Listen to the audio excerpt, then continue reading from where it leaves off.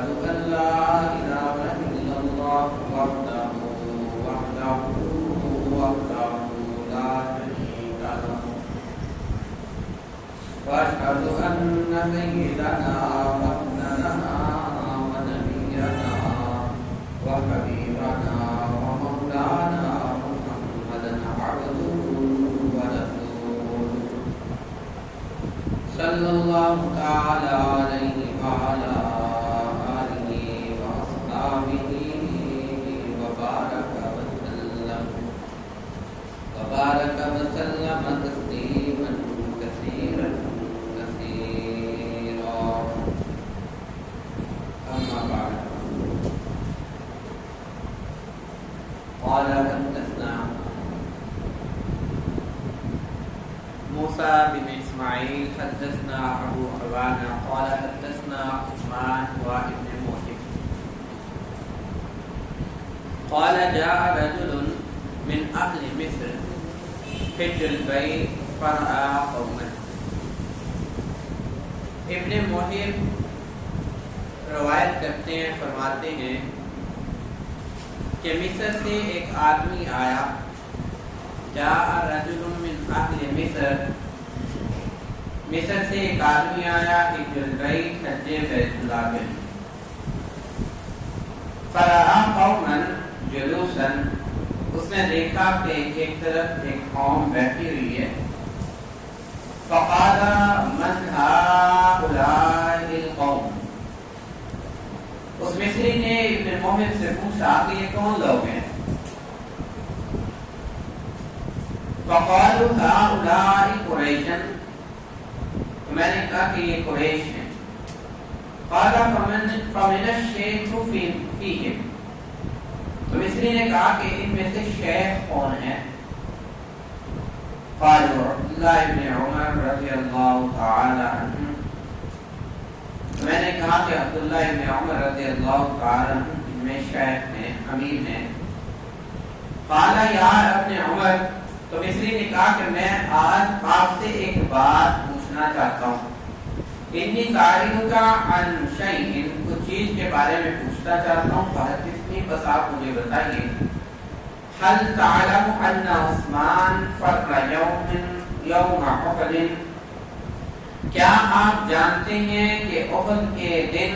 عثمان رضی اللہ تعالی عنہ ان لوگوں میں سے تھے جو اپنی جگہ پر جمع نہیں رہے؟ قال نعم، عبداللہ ابن عمر رضی اللہ تعالی عنہ نے کہا ہاں ٹھیک ہے. تعلم انه تغیب عن بدر ولم یشهد، اور کیا یہ بات بھی ٹھیک ہے کہ حضرت عثمان رضی اللہ تعالی عنہ بدر میں بھی نہیں تھے؟ ولم یشهد، ہاں. قال نعم، تو عبداللہ ابن عمر رضی اللہ تعالی عنہ نے کہا ہاں یہ بات بھی ٹھیک ہے. پھر اس نے کہا کیا آپ یہ بھی جانتے ہیں تعلم انه تغیب عن بیت رضوان فلم یشهدها، تو اس نے کہا کیا آپ یہ بھی جانتے ہیں کہ عثمان رضی اللہ تعالی عنہ بیت رضوان میں بھی نہیں تھے؟ قال نعم، ہاں یہ بھی ٹھیک ہے. قال اللہ اکبر، تو مصری نے کہا اللہ اکبر. میں نے عبداللہ ابن عمر رضی اللہ تعالی عنہ سے ایک بات منوائی. یہ ایک بات منوائی جو کہ بالکل ٹھیک ہے، اور اٹھ کر کے جانے لگا. قال ابن عمر، ابن عمر رضی اللہ تعالی عنہ نے فرمایا تعال، ٹھہر جاؤ، تعال ٹھہر جاؤ، ادھر آؤ، ابین لک، میں تم پہ کچھ چیزیں واضح کر دوں، یہ بھی ساتھ لیتے جانا. ابین لک، جان لو، اما فرارو یوم احد، اور جو لوگ عثمان رضی اللہ تعالی عنہ اور دوسرے صحابہ رضی اللہ تعالی عنہ جو احد کے میدان میں اپنی جگہ جمع نہیں رہے تھے، فاشهد ان لا الہ فاطاعا وغفر لہ، تو یاد رکھو کہ میں گواہی دیتا ہوں کہ اللہ رب العزت نے ان سب کو معاف بھی کر دیا، ان کی مغفرت فرما دی ہے. اور پھر فرمایا اور یہ جو تم پوچھ رہے ہو اما تغیبوا عن بدر کے بدر میں موجود نہیں تھے فانه كان تحته بنت رسول اللہ صلی اللہ علیہ وآلہ وسلم، تو یہ بات ذہن میں رکھو کہ اس وقت نبی صلی اللہ علیہ وآلہ وسلم کی بیٹی بدر کا میدان لگ رہا تھا، اس وقت نبی صلی اللہ علیہ وسلم کی بیٹی حضرت عثمان رضی اللہ تعالیٰ عنہ کے نکاح میں تھی اور اس وقت وہ بیمار تھی، اور نبی صلی اللہ علیہ وآلہ وسلم نے فرمایا تھا کہ عثمان تم بدر میں شریک نہ ہونا اور میری بیٹی کی تیمارداری کرو، جو ثواب اللہ رب العزت بدر والوں کو دے گا وہ ثواب تمہیں ملے گا، اور سہمہ اور تمہیں غنیمت میں حصہ بھی دیا جائے گا۔ اور پھر فرمایا کہ بیعت رضوان میں بھی نہیں تھے، تو اس کی بھی یہ بات سن لو کہ وہ جو بیعت رضوان ہوئی تھی وہ تو تھی عثمان رضی اللہ تعالیٰ عنہ کے لیے، اور اس وقت عثمان رضی اللہ تعالیٰ عنہ سے زیادہ معزز، زیادہ عزت والا کوئی آدمی ہوتا تو آپ صلی اللہ علیہ وآلہ وسلم اس دن صلح حدیبیہ کے موقع پر اس آدمی کو مکہ بھیجتے صلح کے لیے، شرائط کے لیے معاہدہ طے کرنے کے لیے اس آدمی کو بھیجتے اگر کوئی ان سے زیادہ عزت والا ہوتا۔ تو عثمان رضی اللہ تعالیٰ عنہ تو مکہ میں تھے، اور یہ جو بیعت رضوان ہوئی ہے یہ بیعت رضوان تو سیدنا عثمان رضی اللہ تعالیٰ عنہ کے خون پر ہوئی ہے، موت پر بیعت ہوئی ہے کہ عثمان رضی اللہ تعالیٰ عنہ کے بارے میں افواہ پھیل گئی تھی کہ ان کو شہید کر دیا گیا، تو آپ صلی اللہ علیہ وسلم نے جو بیعت لی اسے بیعت رضوان کہتے ہیں۔ اور پھر جب آپ صلی اللہ علیہ وآلہ وسلم نے اپنا ایک ہاتھ نیچے رکھا اور فرمایا کہ یہ ہاتھ کس کا ہے، تو لوگوں نے فرمایا یہ آپ کا ہاتھ ہے، تو آپ صلی اللہ علیہ وسلم نے فرمایا نہیں یہ عثمان کا ہاتھ ہے، اور یہ عثمان رضی اللہ تعالیٰ عنہ کی طرف سے بیعت ہو گئی۔ اور پھر فرمایا کہ وہ جو ہاتھ آپ صلی اللہ علیہ وآلہ وسلم کا تھا وہ حضرت عثمان رضی اللہ تعالیٰ عنہ کے ہاتھ سے کئی درجہ اچھا تھا، اور فرمایا کہ یہ پھر جان رکھو یہ باتیں تھی جس کی وجہ سے عثمان رضی اللہ تعالیٰ عنہ یہاں پر پہنچ نہیں پائے، بیعت رضوان میں نہیں گئے۔ فقال له ابن عمر، تو ابن عمر رضی اللہ تعالیٰ عنہ نے اس مصری سے کہا اذهب بها الآن، اب یہ بات بھی اپنے ساتھ لے جانا، اور جب تم یہ اعتراضات کرو عثمان رضی اللہ تعالیٰ عنہ پہ تو پھر یہ باتیں بھی تمہارے پاس ہونی چاہیے کہ یہ جو تم اعتراض کر رہے ہو تو اس کا جواب یہ ہے، اس کو بھی اپنے پلے کے ساتھ باندھ لینا، اس کو بھی اپنے ذہن میں باندھ لینا کہ عثمان رضی اللہ تعالیٰ عنہ کے کتنے درجات ہیں۔ اور یہ حدیث ہے بخاری کی، اور اس بخاری میں امام بخاری رحمۃ اللہ علیہ اس حدیث کو لائے ہیں سیدنا عثمان رضی اللہ تعالیٰ عنہ کے مناقب کے باب میں، اور عثمان رضی اللہ تعالیٰ عنہ کے مناقب بیان کر رہے ہیں۔ اور عثمان رضی اللہ تعالیٰ عنہ جو ہے آپ صلی اللہ علیہ وآلہ وسلم کے ایک تو دوہرے داماد ہیں، ذو الرین ہیں اور ذو الہجرتین ہیں، اور عثمان رضی اللہ تعالیٰ عنہ کی منقبت کا اس بات سے بھی پتہ چلتا ہے کہ عثمان رضی اللہ تعالیٰ عنہ جو ہیں آپ صلی اللہ علیہ وسلم کی 5ویں پشت میں شجرہ جو ہے ان سے مل جاتا ہے۔ اور حضرت عثمان رضی اللہ تعالیٰ عنہ کے والد کا نام عفان تھا، عفان کے والد کا نام ابی العاص تھا، ابی العاص کے والد کا نام امیہ تھا، اور امیہ کے والد کا نام عبد الشمس تھا، عبد الشمس کے والد کا نام عبد مناف تھا۔ اور اسی طرح آپ صلی اللہ علیہ وآلہ وسلم کے والد کا نام عبداللہ ہے، عبداللہ کے والد کا نام عبد المطلب ہے، عبد المطلب کے والد کا نام ہاشم ہے، اور ہاشم کے والد کا نام عبد مناف ہے۔ تو یہ 5ویں پشت میں سیدنا عثمان رضی اللہ تعالیٰ عنہ کا شجرہ نسب جو ہے وہ آپ صلی اللہ علیہ وآلہ وسلم سے جا ملتا ہے، اور اس لیے آپ ہر مسلمان کو چاہیے کہ وہ نبی کریم صلی اللہ علیہ وآلہ وسلم کی 3 پشتوں تک ان کے والدیت کو یاد رکھے کہ انتہائی ضروری چیز ہے کہ آپ صلی اللہ علیہ وآلہ وسلم ان کے والد کا نام عبداللہ، عبداللہ کے والد کا نام عبد المطلب، عبد المطلب کے والد کا نام ہاشم۔ تو یہاں تک تو یاد رکھنا ہر مسلمان کے لیے ضروری ہے، تاکہ کبھی کسی وقت میں کسی کے سامنے کوئی چیز پیش کرنی پڑ جائے، بات کرنی پڑ جائے تو کم سے کم اتنا تو بتا سکے کہ اس کا نسب یہاں تک ہے،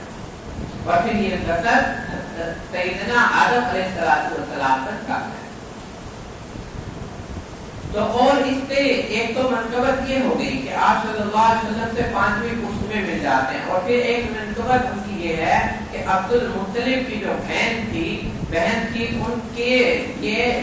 بیٹی کے بیٹے ہیں، عبد المطلب کی بہن کے بیٹے ہیں.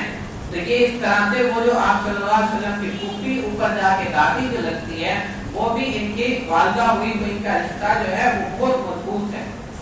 اور اس طرح سے بہت منقبت ہے حضرت عثمان رضی اللہ تعالیٰ کی. اور حضرت عثمان رضی اللہ تعالیٰ بالکل ابتدا میں اسلام لائے ہیں. حضرت ابوبکر صدیق رضی اللہ تعالیٰ عنہ کے کہنے پر اسلام قبول کیا ہے. اور سیدنا ابوبکر رضی اللہ تعالیٰ عنہ وہ شخصیت ہے اسلام میں کہ جن کے اس امت پر بہت زیادہ احسانات، اور جس راستے سے انعامات کی بارش ہوتی ہے، جس راستے سے اللہ رب العزت انعامات فرماتے ہیں، تو اس راستے کی انسان کو قدر کرنی چاہیے. ہر ایک کو اس راستے کی قدر کرنی چاہیے. آپ کے اوپر کوئی احسان کرتا ہے تو آپ اس کے ساری زندگی احسان من رہتے ہیں. اس نے میرے اوپر یہ احسان کیا تھا، فلاں مشکل کے وقت میں یہ بندہ میرے کام آیا تھا، تو لہذا اس کا ساری زندگی شکر ادا کرنا ہے، اس کے احسان کو شکریہ بجا لانا ہے. تو آدمی سوچتا ہے کہ یہ جو احسان کرنے والا ہے کسی طرح سے اس کے احسان کا حق ادا کر دے، لیکن کسی کے احسان کا حق ادا کرنا کوئی آسان بات نہیں. تو یہاں پر جس راستے سے انعامات آتے ہیں، آپ دیکھیں کہ والدین کا احترام، والدین کی قدر کو شریعت نے فرض قرار دیا ہے کہ والدین کی قدر کرو، والدین کا احترام کرو، والدین کا ادب کرو. اس وجہ سے کہ والدین وہ ہستی ہیں جس کی وجہ سے آپ کے اوپر انعامات آ رہے ہیں، آپ انہی کی وجہ سے اس دنیا میں آئے ہیں، آپ ہی انہی کی وجہ سے آپ پر جتنے انعامات ہیں اللہ کے وہ نشاور ہو رہے ہیں. والدین کی وجہ سے والدہ دعائیں دیتی ہے، وہ رحمتیں تم پر آ رہی ہیں. تو یہ ایک انعامات کا راستہ ہے. تو اللہ رب العزت نے فرمایا کہ اس راستے کی، اس کی قدر کرو. اور سب سے بڑا انعام کا راستہ، جو سب سے بڑی انعام والی شخصیت ہے، وہ میرے اور آپ کے آقا محمد رسول اللہ صلی اللہ علیہ وآلہ وسلم کی ذات ہے. اور وہ ایسی ذات ہے کہ اس کا احسان اتنے زیادہ ہیں، اگر وہ نہ ہوتے تو ہم تباہ ہو جاتے اور کفر کی دلدل میں پڑے ہوئے ہوتے، ہمیں وہاں سے کوئی نکالنے والا نہ ہوتا، اور دنیا کے اندر بھی ہم ذلیل و خوار ہو رہے ہوتے، اور آخرت میں بھی اللہ رب العزت ہمیں جہنم کی آگ میں جھونک دیتا. تو یہ ان کا احسان ہے، پیغمبروں کا احسان ہے. اور پیغمبر سے بڑی ذات دنیا کے اندر کوئی نہیں ہے. سب سے شفیق، سب سے بہترین ذات پیغمبر علیہ السلام کی ہے. اسی لیے آپ صلی اللہ علیہ وسلم نے فرمایا تمہارا ایمان اس وقت تک مکمل نہیں ہو سکتا جب تک کہ ساری دنیا کی چیزوں سے، والدین سے بڑھ کر، ہر چیز سے بڑھ کر، جب تک تمہیں مجھ سے محبت نہیں ہوگی تمہارا ایمان مکمل نہیں ہو سکتا. اسی لیے فرمایا تو انعامات کے جو راستے ہیں اس کی انسان کو قدر کرنی چاہیے. اور پھر اس کے بعد یہ جو دین ہم تک پہنچا ہے، یہ جو دین ہم تک صحیح سلامت پہنچ گیا، ہم اللہ کے نام لیوا ہیں، محمد رسول اللہ صلی اللہ علیہ وسلم کے امتی بن گئے. تو اس احسان کے اندر، اس انعام کے اندر جو سب سے بڑا حصہ ہے وہ حضرات صحابہ رضی اللہ تعالیٰ عنہ کا حصہ ہے کہ انہوں نے اس دین کو محفوظ کیا، محفوظ کر کے ہم تک پہنچایا. ایک ایک بات نبی صلی اللہ علیہ وآلہ وسلم کی، ایک ایک فعل نبی صلی اللہ علیہ وآلہ وسلم کا، ایک ایک سنت نبی صلی اللہ علیہ وآلہ وسلم کی انہوں نے محفوظ کر کے اپنی عادات کو ان کا جیسا بنا کر، اپنے افعال کو ان جیسا بنا کر ہم تک پہنچایا ہے. تو سب سے بڑا احسان کا راستہ، انعام کا راستہ وہ صحابہ رضی اللہ تعالیٰ عنہ، اور جن کے وجہ سے ہم پر یہ احسان ہوا، جن کی وجہ سے ہم پر یہ انعام ہوا کہ ہم اس نبی صلی اللہ علیہ وآلہ وسلم کے امتی بن گئے کہ جس نے ہمیشہ اس امت کی فکر کی، اور آپ اللہ تعالیٰ سے اس امت کی نجات کی دعائیں کرتے رہے آخری وقت تک. تو وہ سب سے بڑا احسان صحابہ رضی اللہ تعالیٰ عنہ کا ہے. تو بات یاد رکھیے کہ اگر کوئی آدمی اس احسان کرنے والے کی قدر نہ کرے تو پھر اس احسان کو پورا احسان کرنے والے کا شکریہ نہ بجا لانے والا آدمی سب سے بڑا ظالم آدمی، سب سے بڑا برا آدمی وہ ہے کہ جو اس راستے کی قدر نہ کرے جس راستے سے انعامات آ رہے ہیں، جس راستے سے اس پر رحمتیں آ رہی ہیں، فضل آ رہا ہے اللہ کا، اس راستے کی قدر نہ کرے۔ اور اس دنیا میں بڑے بدبخت وہ لوگ ہیں کہ جو کہ صحابہ رضی اللہ تعالی عنہم پر اعتراضات کرتے ہیں، بڑے بدبخت ہیں، بڑے بے ایمان لوگ ہیں، ان کا ایمان ہی نہیں ہے۔ ہمارا یہ عقیدہ ہے کہ جو صحابہ رضی اللہ تعالی عنہم کے بارے میں کوئی اعتراض کرتا ہے، کوئی بات کرتا ہے، کچھ پوچھتا ہے ان کے بارے میں، ان کی ذات کے اوپر سوال کرتا ہے، ہمارا یہ عقیدہ ہے، اہل سنت والجماعت کا یہ عقیدہ ہے کہ اس کا دین اسلام سے کوئی تعلق نہیں، اس کا ایمان کے ساتھ کوئی تعلق نہیں۔ بھئی مقام کا احترام ہونا چاہیے، جو مقام کا فرق ہے، ہر مقام کا فرق ہے۔ آپ دیکھیں کہ والد اپنے بیٹے سے کہتا ہے، دادا اپنے بیٹے سے کہتا ہے تم بڑے گدھے ہو، نالائق ہو، اور پھر کل کو بیٹا بھی اٹھ کر کے کہنے لگ جائے کہ ابا آپ بڑے گدھے اور نالائق ہیں، تو باپ تھپڑ نہیں مارے گا تو کیا کرے گا؟ بھئی وہ اس کے والد ہیں، وہ اسے جو چاہیں گے۔ اور یہ صحابہ رضی اللہ تعالی عنہم سے یہاں پر بھی ایک مصری، اس حدیث میں اس مصری کا ذکر ہے، وہ مصری آیا اور سیدنا عثمان رضی اللہ تعالی عنہ کی ذات پر اعتراض کر رہا ہے۔ اس نے سب سے پہلے اعتراض یہ کیا کہ سیدنا عثمان رضی اللہ تعالی عنہ ان لوگوں میں سے تھے جو احد کے میدان میں اپنی جگہ پر جمے نہیں گئے تھے، اپنی جگہ پر کھڑے نہیں گئے تھے۔ آپ صلی اللہ علیہ وآلہ وسلم نے ایک دستے سے کہہ دیا تھا کہ تمہیں یہاں پر کھڑے ہونا ہے، کہ یہاں پر کھڑے ہونا ہے اور دشمن کا خیال رکھنا ہے کہ کہیں کہ دشمن اس قلعے کی طرف سے حملہ آور نہ ہو جائے۔ اور پھر جب وہ کفار کو شکست ہو گئی تو صحابہ رضی اللہ تعالیٰ جو یہاں پر کھڑے تھے انہوں نے یہ سمجھا کہ یہاں پر کھڑے ہونے کا حکم صرف اس وقت تک تھا جب تک یہ کفار کو شکست نہ ہو جائے۔ اب تو ہمیں فتح ہو گئی، تو یہ ایک اجتہادی غلطی تھی ان کی، اور وہ مال جو تھا ہمارے غنیمت جو ہے وہ اکٹھا کرنے میں لگ گئے۔ اور اتنے میں خالد بن ولید دوسری طرف سے آئے تو انہوں نے آ کر کے، ابھی خالد بن ولید رضی اللہ تعالیٰ ایمان نہیں لائے تھے، تو ان کی جو کمانڈ میں لشکر تھا انہوں نے مسلمانوں پر حملہ کر دیا، تو وہ عارضی طور پر شکست ہوئی۔ اور آپ صلی اللہ علیہ وآلہ وسلم صحابہ رضی اللہ تعالیٰ عنہ سے ناراض ہو گئے، اور اتنے زیادہ ناراض ہوئے کہ آپ صلی اللہ علیہ وآلہ وسلم نے فرمایا کیا تم نے یہ خیال کر لیا تھا کہ تمہارے غنیمت جو ہے وہ اللہ کا رسول کھا جائے گا، اکیلا اپنے پاس رکھ لے گا؟ اور اتنے ناراض ہوئے، کہنے لگے کہ آج کے بعد میں تم سے کوئی مشورہ نہیں کروں گا۔ اور دیکھیں پھر جب آپ صلی اللہ علیہ وسلم ناراض ہوئے تو اللہ رب العزت نے آیات نازل فرما دی، وَلَقَدْ عَفَا عَنْهُ، ہم نے ان صحابہ رضی اللہ تعالیٰ کو معاف کر دیا۔ اور پھر فرمایا ایک جگہ پر کہ یہ تو صحابہ رضی اللہ تعالیٰ سے یہ جو غلطی سرزد ہو گئی یہ تو شیطان کا ایک دھوکہ تھا، شیطان کی وجہ سے ہوا ہے، لیکن اب ہم نے یہ معاف کر دیا۔ وَلَقَدْ عَفَا عَنْهُ، ہم نے تو بالکل معاف کر دیا، غفر اللہ، اور بالکل معافی کر دی، کوئی گناہ ان کے اوپر نہیں ہے۔ اور پھر فرمایا فَبِمَا رَحْمَةٍ لِنْتَ لَهُمْ، اور اے نبی صلی اللہ علیہ وسلم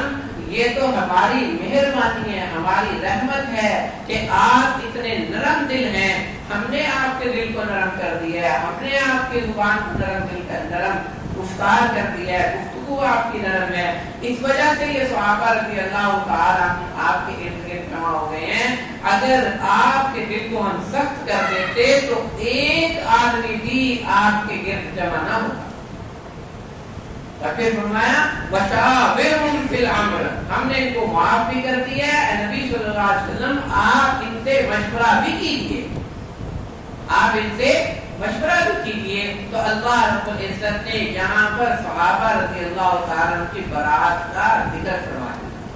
معاف بھی کیا، اور آپ صلی اللہ علیہ وسلم سے فرمایا کہ آپ ان سے مشورہ کیجیے. یہ صحابہ رضی اللہ تعالیٰ عنہ یہ آپ کے ارد گرد جمع ہیں، آپ ان کا قدر کیجیے. یہاں تک کہ آپ صلی اللہ علیہ وسلم کو حکم ہو گئے، اور پھر اللہ تعالیٰ نے انہیں معاف کیا. تو یہ اللہ رب العزت نے جب معاف کر دیا تو پھر آپ صلی اللہ علیہ وسلم سے بھی فرما دیا کہ اب آپ کیوں ناراض ہوتے ہیں. تو جب آپ صلی اللہ علیہ وسلم کو حکم ہو گیا کہ آپ ان سے ناراض نہ ہوں، تو ہم اور آپ کس لیے ان کے اوپر اعتراض کر سکتے ہیں، کس وجہ سے اعتراض کر سکتے ہیں. تو صحابہ رضی اللہ تعالیٰ عنہ کی ذات وہ ذات ہے کہ جنہوں نے دین ہم تک پہنچایا، ان کا یہ بہت بڑا انعام ہے. اگر اس انعام کی قدر نہیں کریں گے تو اللہ رب العزت ہم سے یہ ایمان کی دولت چھین لے گا. بلکہ جو آدمی، اور صحابہ رضی اللہ تعالیٰ عنہ اتنے مظلوم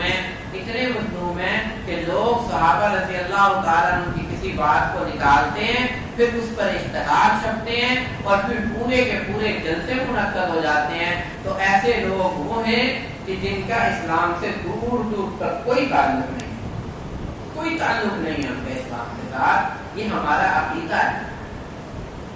اور یہ ذکر اگر کوئی صحابہ پر اعتراض کرتا ہے تو یہ جو اعتراض ہے یہ سیدھا نبی صلی اللہ علیہ وسلم کی ذات پر اعتراض ہے، سیدھا نبی صلی اللہ علیہ وسلم کی ذات پر اعتراض ہے. آپ دیکھیں دنیا میں کہ ایک آدمی اٹھتا ہے اور وہ کئی ہزار لوگوں کی تربیت کر کے چلا جاتا ہے. ایک استاد ہے اسکول میں، وہ بچوں کو پڑھاتا ہے اور کئی لوگوں کی تربیت کر کے چلا جاتا ہے. ایک محلے میں ایک بزرگ ہے، ایک مسجد میں کوئی امام ہے، تو وہ کئی لوگوں کی تربیت کر کے دنیا سے چلا جاتا ہے. کیا نبی صلی اللہ علیہ وآلہ وسلم دنیا میں آئے، کیا وہ اپنے صحابہ رضی اللہ تعالیٰ کی تربیت نہ کر سکے؟ اگر کوئی صحابی پر اعتراض کرے تو اس کا مطلب یہ ہے کہ کیا آپ صلی اللہ علیہ وسلم کی تربیت میں کوئی کسر رہ گئی ہے؟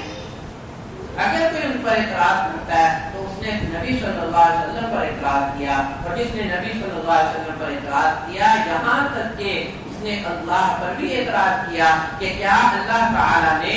اپنے پیغمبر کو ایسے ناقص لوگ چن کر کے دیے تھے؟ نہیں. تو اللہ تعالیٰ نے ہیرے پوری دنیا سے اللہ رب العزت نے جب چنا تو نبی صلی اللہ علیہ وآلہ وسلم کو پوری کائنات سے چن لیا، اور چن کر کے پھر اس امت کے لوگوں کو اس میں سے جن کو سب سے افضل سمجھا اور ان کو چنا، تو ان کو چن کر کے آپ صلی اللہ علیہ وسلم کا صحابی بنا دیا. یہ سارے کے سارے چنے ہوئے لوگ ہیں. ایسا نہیں ہے کہ ایسے ہی کسی کو اٹھا کر کے دے دیا. اعلیٰ ترین لوگ اللہ رب العزت نے آپ صلی اللہ علیہ وسلم کی صحبت میں لا کر کے کھڑے کر دیے، اور آپ صلی اللہ علیہ وسلم نے ان سب کی بہترین تربیت فرمائی، اور ایک ایک صحابی نے دین کا حق جو ہے وہ ادا کیا. اور سیدنا عثمان رضی اللہ تعالیٰ عنہ پہ یہ جو اعتراض تھا اس کا جواب عبداللہ ابن عمر نے دیا کہ اللہ رب العزت نے ان کو معاف کر دیا، تو ان کے اوپر کیا اعتراض کرنا ہے. پھر اس مصری نے دوسرا اعتراض کیا کہ سیدنا عثمان رضی اللہ تعالیٰ عنہ میدان بدر میں شریک نہیں ہوئے، جنگ بدر میں شریک نہیں ہوئے. تو حضرت عبداللہ ابن عمر رضی اللہ تعالیٰ عنہ بڑا زبردست جواب دیا. انہوں نے کہا کہ حضرت عثمان رضی اللہ تعالیٰ عنہ کے نکاح میں آپ صلی اللہ علیہ وسلم کی بیٹی تھی، اور وہ اس وقت بیمار تھی. اور آپ صلی اللہ علیہ وآلہ وسلم کی دو بیٹیاں حضرت رقیہ رضی اللہ تعالیٰ عنہ اور حضرت ام کلثوم رضی اللہ تعالیٰ عنہ، یہ ابو لہب کے بیٹوں کے نکاح میں تھی. ابو لہب کے بیٹوں کے نکاح میں تھی. پھر آپ صلی اللہ علیہ وسلم نے جب نبوت کا دعویٰ کیا تو ابو لہب کے بیٹوں نے آپ صلی اللہ علیہ وسلم کی بیٹیوں کو طلاق دے دی. اور پھر حضرت عثمان رضی اللہ تعالیٰ عنہ بھی ایمان لا چکے تھے. تو پھر آپ صلی اللہ علیہ وسلم نے رقیہ رضی اللہ تعالیٰ عنہ کا نکاح حضرت عثمان رضی اللہ تعالیٰ عنہ کے ساتھ کروا دیا. اور سیدنا عثمان رضی اللہ تعالیٰ عنہ حضرت رقیہ رضی اللہ تعالیٰ عنہ یہ وہ پہلا جوڑا تھا جس نے اسلام کے لیے ہجرت کی ہے مکہ سے حبشہ کی طرف۔ جب آپ صلی اللہ علیہ وآلہ وسلم پر مسلمانوں پر حالات تنگ ہو گئے، کفار نے ظلم کرنا شروع کیا، تو آپ صلی اللہ علیہ وسلم نے فرمایا کہ حبشہ کی طرف ہجرت کر جاؤ۔ تو اس جو لوگ حبشہ کی طرف جن لوگوں نے ہجرت کی، ان میں سب سے پہلا جوڑا وہ حضرت عثمان اور حضرت رقیہ رضی اللہ تعالیٰ عنہ تھیں، اور انہوں نے مدینہ سے حبشہ کی طرف ہجرت کی۔ اور پھر ہجرت کی تو پھر ایک شور پڑا، افواہ پھیلی کہ مکہ کے سارے لوگ مسلمان ہو گئے۔ تو سیدنا عثمان رضی اللہ تعالیٰ نے سنا حبشہ میں کہ سارے لوگ مسلمان ہو گئے، تو اب تو یہاں رہنے کا کوئی فائدہ نہیں۔ تو سیدنا عثمان رضی اللہ تعالیٰ فوراً سے اپنی اہلیہ کو لے کر کے فوراً مدینہ پہنچ گئے۔ مدینہ پہنچے تو وہاں پر پتہ چلا کہ یہ تو افواہ غلط تھی،